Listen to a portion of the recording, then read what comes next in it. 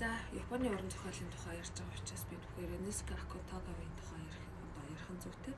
Одоо Японы алдарч зохиолч Акутагава нь бол 1892 оны 3 сарын 1-ний өдөр Ямоката хэмээх 890 болон сэтгцийн эмэгтэй бүсгүй хоёрын дундаас мэндэлсэн байна.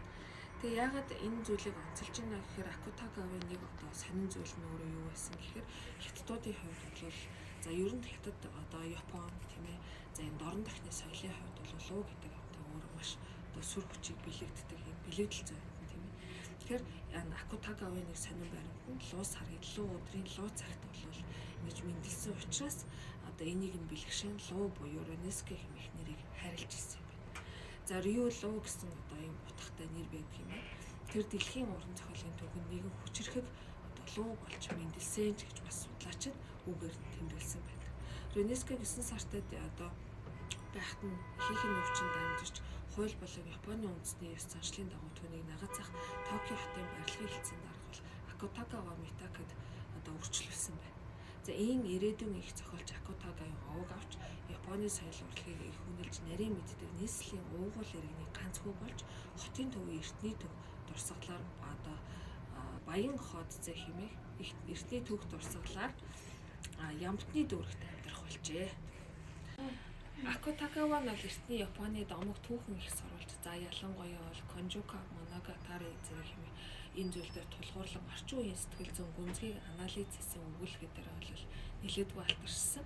Тэрээр Токио хотын их сургуульд англи хэл уран зохиолоор сурч онийг судлан барууны модернизмын нөлөөг шингээсэн энэ бүтээлүүдийг бол ихэнх төрөгдөг байсан.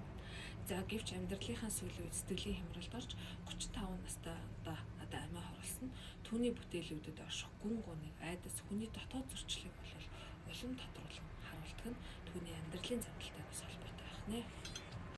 За ингээд Акутагавын гол бүтээлүүдийн нэг болох Рашомон хэмээх бүтээл байгаа. За 1915 онд бичсэн бөгөөд энэ өгүүлэг нь Японы модерн уран зохиолын сонгодог бүтээл өгөөд хүний суртахууны хязгаар амьд үлдэх инстинктийн тухай гүнзгий асуудлыг төвшүүлдэг юм өгүүлэл байгаа. Үйл явдал нь суурьсан Рашомон хаалганы дор өрнөж байгаа. Ажилгүй болсон зарц бороонд хорогдож амьд үлдэхийн тулд юу хийхээ эргэцүүлнэ. За тэрээр дээр гарч хөгсдийн өсийг зулгаж буй хөгшин эмэгтэйтэй тааран хөгшин өөрийгөө зөвтгөж амьдрахын тулд ийм хийзүйл хийж байна хэмээн хэлдэг. Эцэст нь зарц түүний логикийг ашиглан өөрөө дээрвж өгч ярьж байгаа. Энэгээр юу хэлэх гээд байна гэхээр ёс суртахуун нөхцлөөс хамаарн өсөглөн ядуурл хүнийг буруу үйлдэл хийхэд хүргэдэг.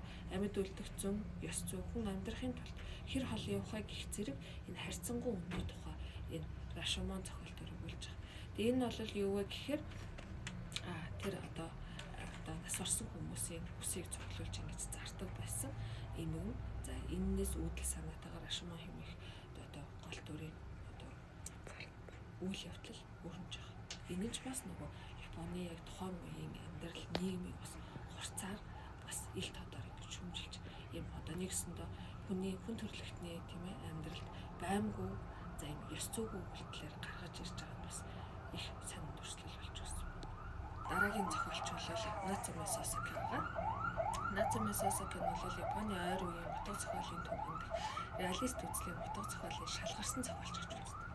1916 онд Нацуме Сосаки Гэгэ ба харанхуй гэдэг эцсийн романаа бичиж дуусгалгүйгээр өвчний улмаас нас орсон байдаг. Нацуме Сосаки нь 12 жилийн дотор 10 хэдэн бүтээл бичснээс гадна Японы орчин үеийн утга зохиолд гүн гүнзгий хас хэтийн үнэлгээ гаргасан байна гэж судлаачид үздэг. Нацуме Сосакигийн зохион бүтээсэн явцыг бол их төлөв 3 шатад хувааж үздэг. За 1905-аас 1907 он болтол хугацаа Нацуме Сосакигийн хувьд бүтээлийн 1-р шат болдог бол 1907-аас 1911 он бол түүний зохиол бүтээлийн 2-р үе гэж үзээд харин 3-р үе нь бол 1911-ээс 1916 оны хүртэл үргэлжилж ингэж үздэг. За энэ мэтчилгээр бол Японы уран бүтээлчид за тийм ээ өмнөх үеийн алдарт зохиол бүтээлүүдтэй танилцлаа. За ингээд үргэлжлүүлээд ерөнхийдөө 20 дугаар зууны Японы уран зохиолын түүх одоо баримтуудтай танилцъя.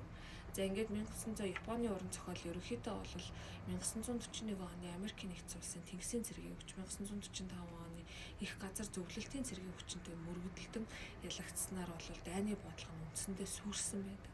Дайны дараагаас Япон улс урлаг уран зохиол зам ёсороо хөгжиж, шинжлэлийн үйл явц нь бол эрчимжиж, ялангуяа өргөндийн орнууд Америк, Оросын уран зохиол нэвтэрч одоо илүү хөгжиж байсан нь янз бүрийн урсгал чиглэлүүдийн туршлага нөлөө нэвтрэн Японы орчин үеийн уран зохиолын үндэслэгч Нацуме Сосаги, Ринеско Акутагава зэрэг зохиолчдын урд өмнө тавьсан орчин үеийн Японы уран зохиолын уламжлалт шинжилэн баяжуулахад нь бол маш олон зохиолчид болон шин залуу зохиолчдод, шинэ үеийн зохиолчдод бол томоохон хувь нэмрийг оруулсан байна. За энэ үйл явцыг бол хошуушлагчийн дотор Нобелийн уран зохиолын салбарын шагналдаг Кавабата Ясунари, за Кензабури Ооноор бол 20 дугаар зууны сүүлч хагасын дэлхийн уран зохиолд томоохон байр суурь эзэлдэг.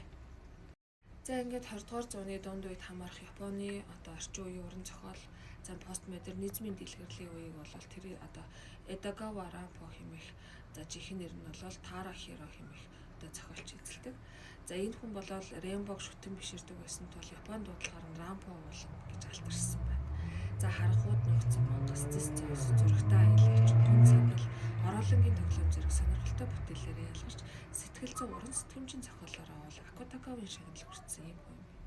За Абе Кобо бол жинхэнэ Абе Кимопоса гэж нэрлэгддэг байсан. Элсний хүүхэн, ноён Карамогийн хэрэг, хүн хайрцаг, нууц учрал, буг шингэсэн газар, хумбаг, ковчиг хөлөгт суугсад романаараа бол 1993 онд Нобелийн уран зохиолын шагналд бол дэвшиж байсан байна. За энэчлэн Мишима Юкэ хэмээх жинхэнэ нэр нь бол Киматаки Хироки хэмээх хүн нь 40 орчим роман, 18 жүжиг, 150 орчим өгүүлэг, эссе төр бичсэн үзүүлэлттэй байдаг юм байна. Энэ нь бас шинэ үеийн Японы уран зохиолд бол бас томоохон байр суурь эзэлдэг гол төлөөлөгчдийн нэг гэдгийг баталж байна. За ингээд Японы орчин үеийн уран зохиолын нэр төлөөлөгч зохиолч Канзабуро Эйогийн тухай бас үзье. За Японы Шикаго арлын Эхиме мужийн Осе хэмээх уулын бяцхан одоогийн Учико нэрт тасган нэмэлсэн байдаг. Тэрээр дэлхийн 2 дугаар дайны дараа бага дунд ахлах сургуулийг төгсөөд Токиогийн их сургуульд Франц хэлний мэргэжил эзэмшиж Европын соёл нийгмийн амьдралтай танилцж ирж. За тэр хожимдсон залуус, ховийн туршлага, адгуус тэжээснээ, хүмүүн бус сүрэг зэрэг олон өгүүлэг туур бичиж 20 дугаар зууны 2 дугаар хагасын дэлхийн уран зохиолын сан хүмүүргийг Японы нэн шинэ үеийн уран зохиолоор сэлбсэн том уран бүтээлч төлөвшсөн гэж үздэг. Канзабури Оог бол Японы уран зохиол судлаагчид модернизм, постмодернизмын уран зохиолын төлөөлөгч биш харин түүний дараа үе буюу нэн шинэ үед бол хамруулан үзэх зүйтэй юм а гэж зохон тэмдэглэжээ. Эдийн хувьд аваад үзэх юм бол орчин үеийн залуусын аж төрөл, оюун санааны амьдралд гарч буй өөрчлөлт, хүсэл мөрөөдөл, сэтгэл зүйн хүн төрөлхтнийг түгшээсэн Хирошимагийн эмгэнэл буюу цөмийн аюул занал, хөрөнгөний зах зээл, нийгмийн харилцаанд хүн чанар, ёс суртахууны эвдрэл, оюун санааны ядуурал, техник технологийн төрөмгийллийн үр дагавар, байгаль экологийн сүрэл зэрэг Японы төдийгүй нийт хүн төрөлхтний өдөр тутмын амьдрал занал хийж буй эмзэг хурц асуудлуудыг тайлах, за энэ жигт уншигчдын анхаарлыг хандуулах их зэрэг иргэншлүүдийг тодор харуулдаг. Түүний зохиолд өөрийнх нь төрсэн Осе уулын бөглөө тосгоны амьдрал голлон туршлагдагч хүнцэн асуудал нь зөвхөн аглаг тосгоноор хязгаарлагдахгүй нийт хүн төрөлхтний ертөнц гих өргөн шар хүрээтэй утга билэгдэл бүхэн шинжээрээ ялгарч байна. Энэ бол зохиолчийн барил, сэтгэлгээ, ур зүүн онцлогийг төдийгүй маш олон асуудлыг хүндсэн маш далаацтай бүтээл болохыг харуулдаг. Түүний уран сан 1960 онд хөл бөмбөг, гинэт хөлгөө болсон нь Хирошимагийн тэмдэглэл, гих зэрэг шилмэл өгүүлэл, туур эссе бүтээлүүд нь бол гарсан нь энэ Японы 20 дугаар зууны шилдэг зохиолч мөн болохыг баталж байна. За ингээд Японы уран зохиолоос бидний дараагийн авч үзэх хүн бол Кавабата Ясунари байгаа. Нэр зохиолч Ясунари 1899 оны 6 сарын 14-нд Осака хотын Кита дүүргийн Канохо тосгонд эмч Экичигийн гэр бүлд мэндэлсэн. 1969 онд мянган тогрууд туужаар за Япончуудын зүрх сэтгэл төдийгүй гайхалтай уран бүтээлийн нарийн зүйлсийг нээж төгс төгөлдөр уур хийц зохиолчийн өндөр ур чадварыг нээн үзүүлснээр бол Нобелийн уран зохиолын шагналыг хүртсэн гэж үзэж байгаа. 1968 онд 68 оны 12 сард Стокгольмд болсон хүндэтгэлийн эслийн ажиллагаанд Япон улсын соёлын одонгоо зууж үндэсний хувцас оролцсон. Үндэсний хувцастай оролцсон нь бол үзэсгэлэнт Япон орны бие ба түүний тухай сонирхолтой илтгэл тавьсан байдаг. За 1969-с 1974 онд Шинжо хэвлэлийн газар компани Кавабата эсэм нарийн зохиолын бүрэн төвөр буюу 19 бүтийг хэвлэж гаргаж иж. За харин 1973 онд түүний нэрэмж чагнал, 1985 онд Эбакара хотын Кавабата эсэм нарийн нэрэмжт уран зохиолын ордог одоо байгуулж ирсэн байна. Энэ нь тус хотын хүндэт иргэнээр өргөмжлөгдөн нийт 50 гаруй бие даасан зохиол бүтээл тойрвсон. Гэх зэрэгээрээ бол Кавабата эсэм нараа бол Японы одоо тийм ээ урдаа барьдаг гол төлөөлөгчдийн нэг төдийгүй за уран бүтээлээрээ Нобелийн шагнал хүртсэн юм байна. За 20 дугаар зууны Японы уран зохиолын тойрны тухай бид нэр үзэж дуслаа. Тэгэхээр энэ 20 дугаар зууны Японы уран зохиолын тухайс хэдүүлээ Сосеке болон Акутагава нарын уран бүтээлийг онцгойлон авч үзэж энэ Акутагавагийн бичлэгийн хангаас за түүний бүтээл үүддэх одоо үзэл баримтлал нийгмийг илтгэсэн байр суурь тийм ээ зохиолчийн ертөнцийг үзэх үзэл тойруулсан онцлог гэж ч юм уу тийм ээ энэ бүх зүйлийг гаргаж ирэн судалгааны бүтээл хийгээрээ за мөн Сосекегийн уран бүтээлүүдийг судалсан судлаачдын одоо үзэл баримтлал түүний бүтээлүүдэд дүн шинжилгээ анализ хийсэн одоо эрдэм шинжилгээний материалууд болон нэг зохиолуудыг сонгон урьж түн дээрээ одоо ажиллах боломжтой юм аа.